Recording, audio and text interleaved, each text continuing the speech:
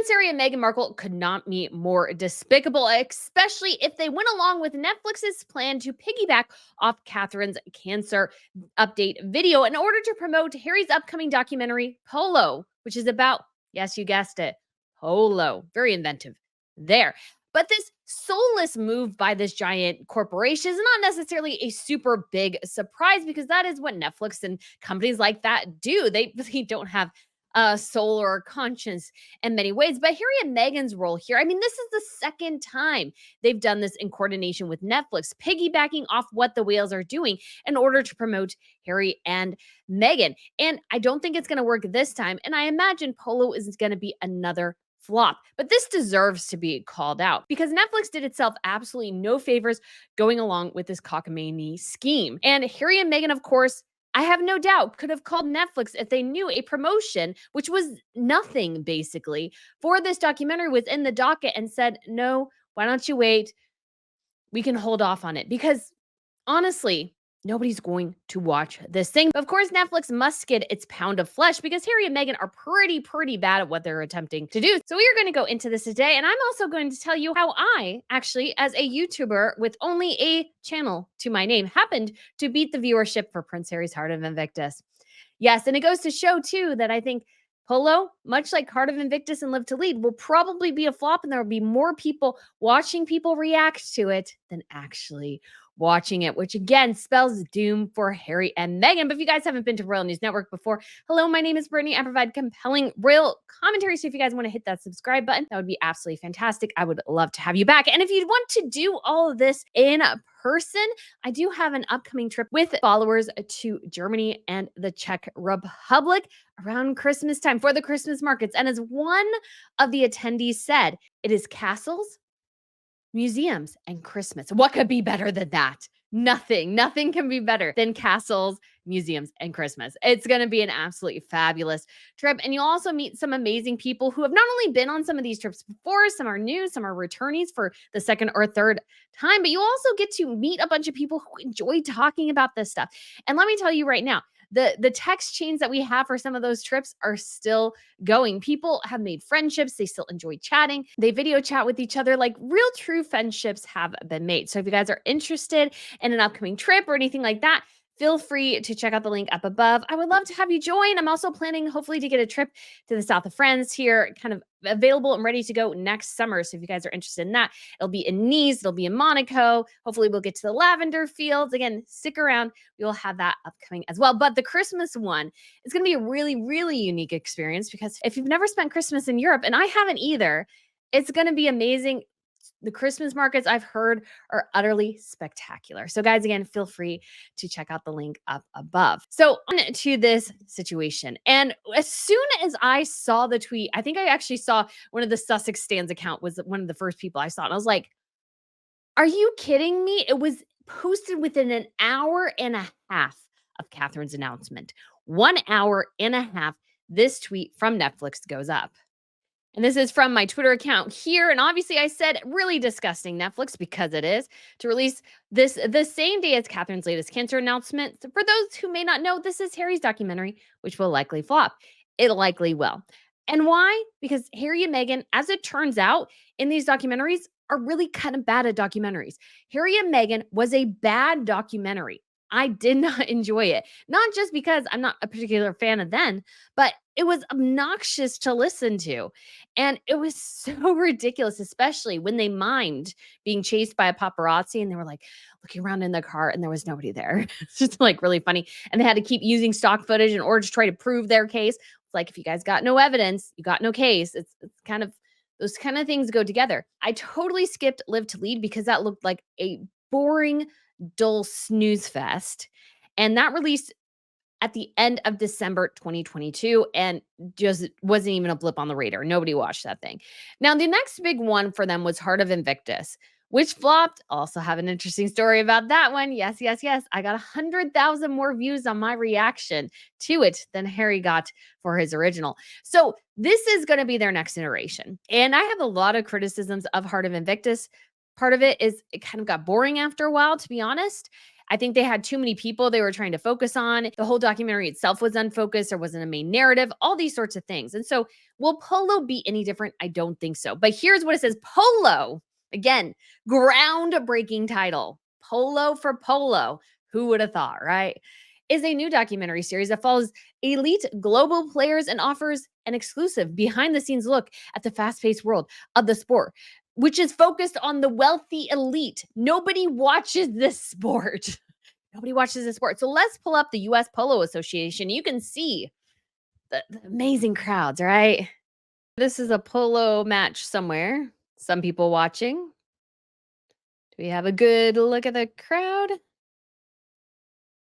A little like, this is comparable, right? To like the World Cup, the Euro World Cup or anything like that. Yeah, no, no, it's not comparable to any of that. And this is a niche sport. This is the thing, it's a niche sport. So, yes, Prince Harry, he can offer an insight into a sport nobody's seen. But the problem is, does anybody want to see it? Does anybody care? My argument would be no. And so we have from Archwell Productions and Boardwalk Pictures. So I do want to highlight the Boardwalk Pictures here thing for a bit. It's because I think in order for Harry and Meghan to go forward with Netflix is like, okay, you guys had one success, and we all knew this would be a success because you're talking about the royals. You did two other things by yourself, and they were massive failures. So you know what?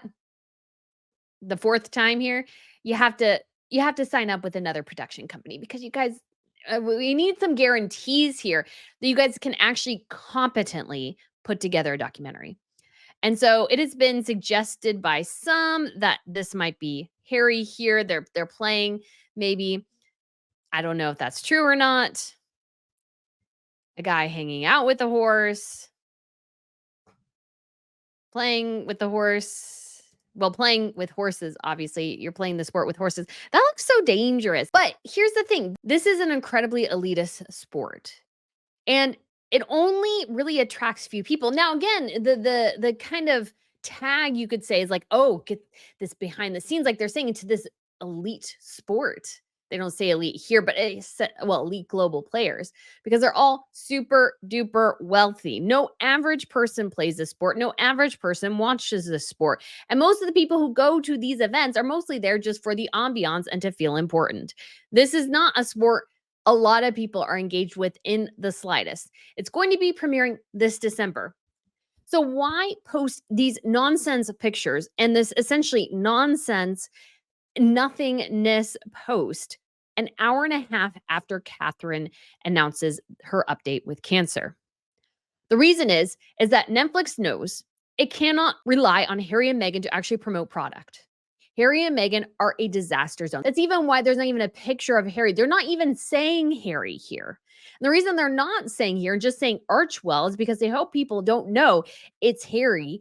And that's why this documentary even went forwards. I don't know if you could get this documentary forwards without the backing of, you could say, a name like Harry, because nobody cares. There's like a cursory interest, but there's just not a huge crowd just clamoring for an inside look at Polo. You're talking about the amount of money that it takes to upkeep a horse, which is massive. Then you have to travel, an additional cost. Then you have to get a good horse, and you're talking about 6 figures just for the horse and all the other things attached to it. And I just don't think there's an interest there.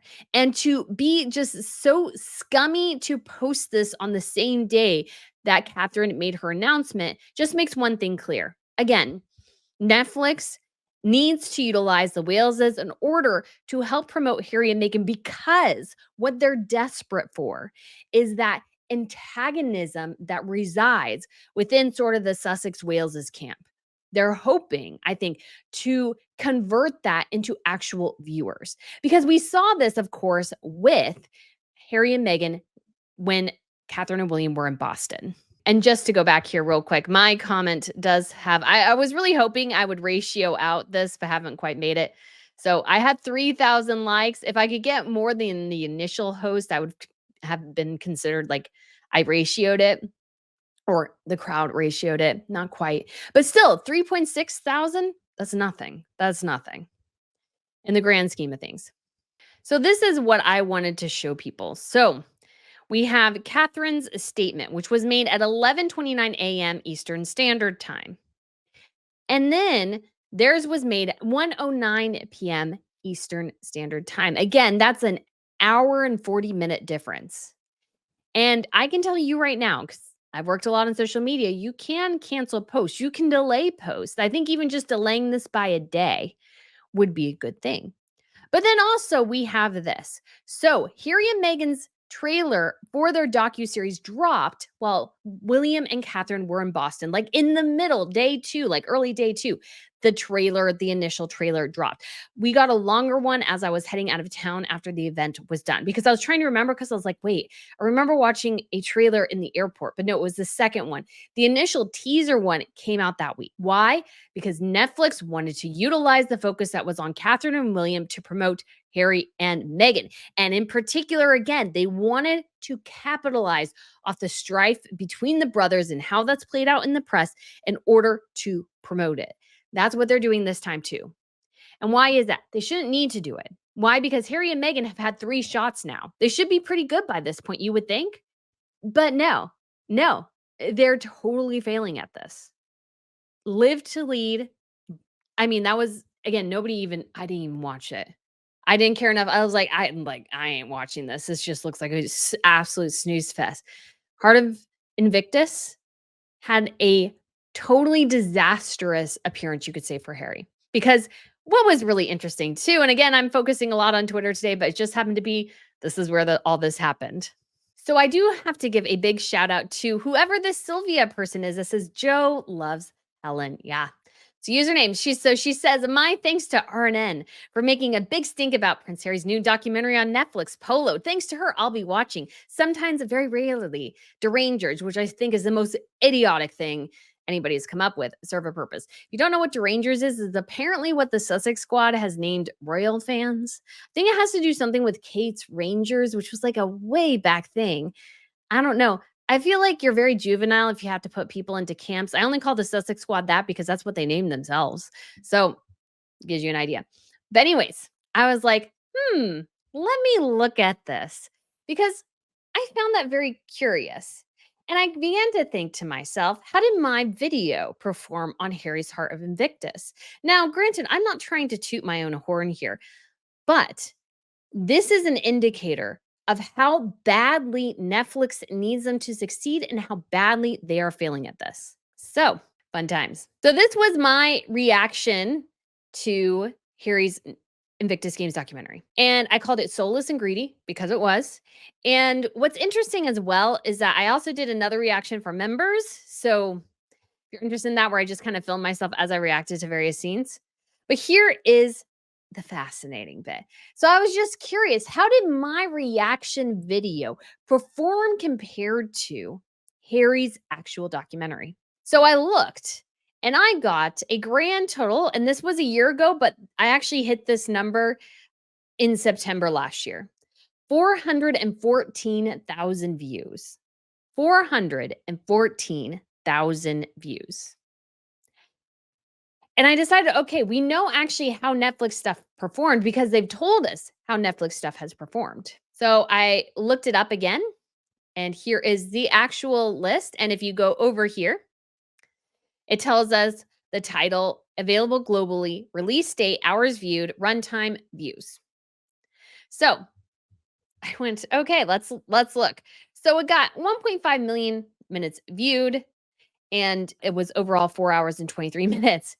But when it comes to viewership, it's only 300,000. Only 300,000. Now, granted, this is all an even number, so they probably changed things, but this is over 4 months. My thing got to 400,000 in a month. Harry had 4 months to get to that number, and he couldn't do it. And it's for a variety of reasons. I said before, Heart of Invictus was a bad documentary, in my opinion. And it was bad for a couple of reasons. Obviously, I think Harry took a bit too much center stage. I think the narrative was too scattered. They weren't able to focus the narrative very well. There was parts that were very compelling, and there were parts that were completely and utterly dull. And so it didn't perform well. But here's a critical thing, and I think Netflix is fully aware of it. And this has happened with other shows. There are more people watching other people react than there are actually watching the original. Because my reaction did not get people to go and watch the original. So despite what Joe loves Helen or whatever they are, whatever they say, yeah, a small number of maybe the Twitter crowd will go and watch this. But my reaction video got more interaction than actually Harry's show. And I think Netflix is worried about doing that again. They're worried about a repeat of the past here. And this has happened in other things. I've made a couple of illusions because I watched a lot of reactions to Hollywood on YouTube. And one of them was the total collapse of The Acolyte. Yes, people did watch it, but not enough to save it from cancellation. But what was interesting is that if you probably compile all the channels that talk negatively about it, more people watched the negative reaction to the content than ever actually watched the original. And I know that because I watched a lot of other people react to the content without ever actually consuming the content. There's been a decent amount of shows where I just watch people react to it because I don't want to watch it because it looks terrible. And Polo's going to go down the same path. And Netflix knows that. And so they have to do the despicable thing.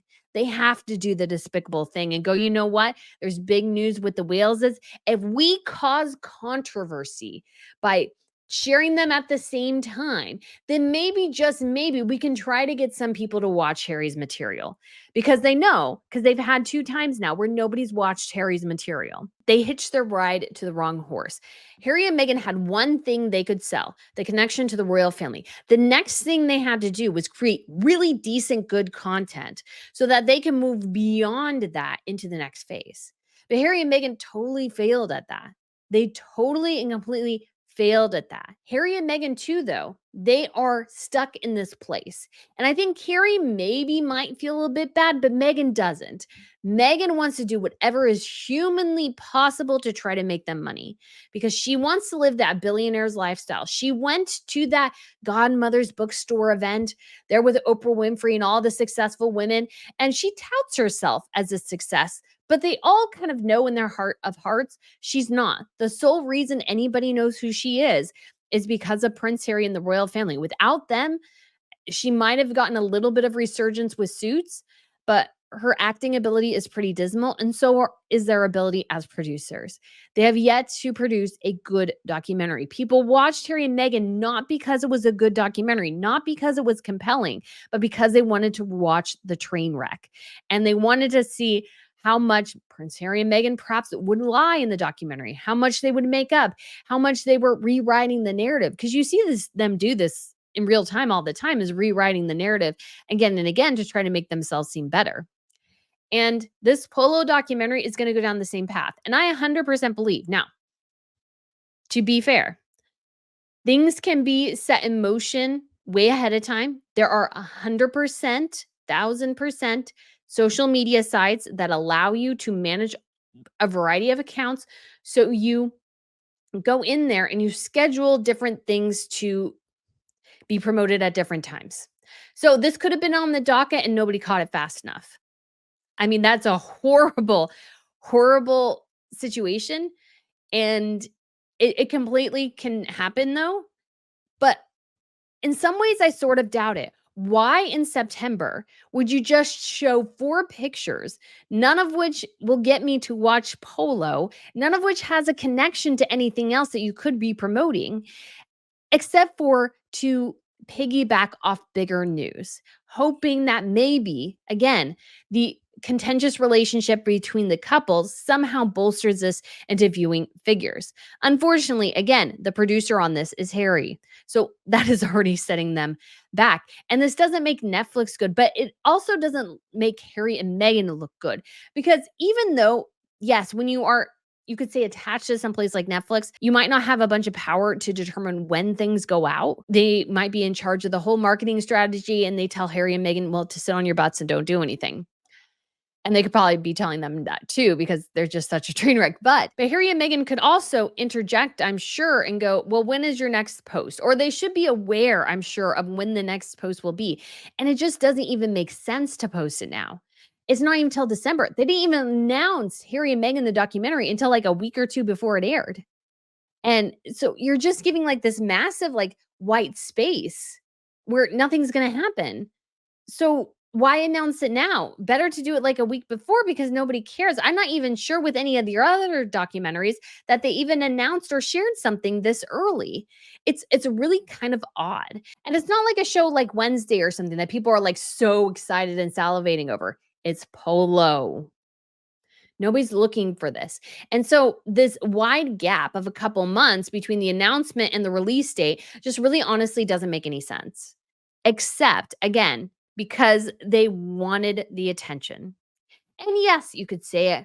We gave them the attention somewhat by reacting to it, and that's what they wanted. But the thing is, the media landscape has changed. And it used to be, and I know some people still say this in my comments from time to time, that all good press is good press. No, that's not the case anymore. That's not the case in the slightest. Bad press is bad press.